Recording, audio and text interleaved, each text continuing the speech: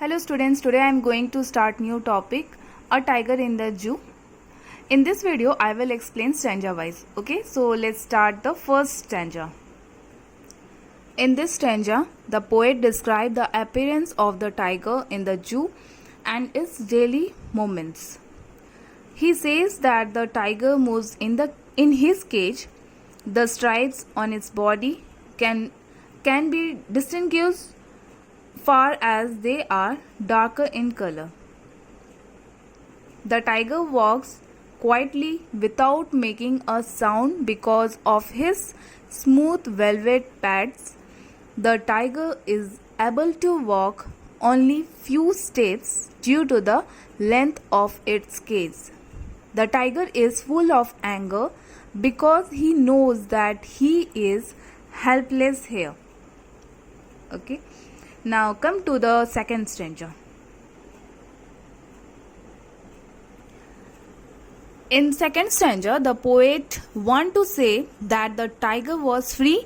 He would hide himself behind the long grass near the water bodies so that he could easily catch a deer as its food. Basically, the poet want to say that the actual life of a tiger is to live in jungle where he could catch his prey and eat it, but the tiger in the cage cannot do so.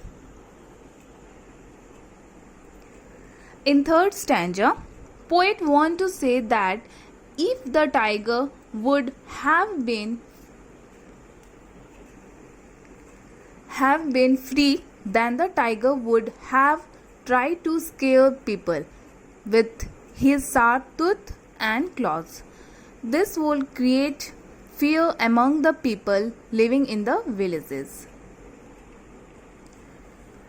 In fourth stanza, poet returns to the real life of tiger. The tiger is in zoo and seems like a prisoner in the jail. The tiger pays no attention to the visitors who come to see him every day at the zoo. In last stanza, the poet wants to say that in the night, the tiger hears the sounds of the patrolling cars. Patrolling cars are the vehicles of police which are used to guard at night. He then stares at the shining stars with his shining eyes. The poet wants to say that the tiger is sad and because he is in the cage, so he cannot do anything. Therefore, the tiger stares at the stars in the night and tries to send his feeling towards them. Okay.